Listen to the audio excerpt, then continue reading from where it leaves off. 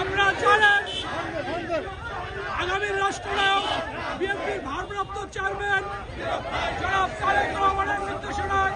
ভারতের রাজনৈতিক প্রতিষ্ঠান যে সমাবেশ আজকে ঢাকাতে হতে যাচ্ছে, সমাবেশে ঢাকা মহানগরের মাটির মানুষের নেতা ঢাকা মহানগর উত্তর বিএনপির সদ্য সাবেক বিপ্লবী আহ্বায়ক জনাব সাইফুল আলম নীরব ভাইয়ের নেতৃত্বে একটি বিশাল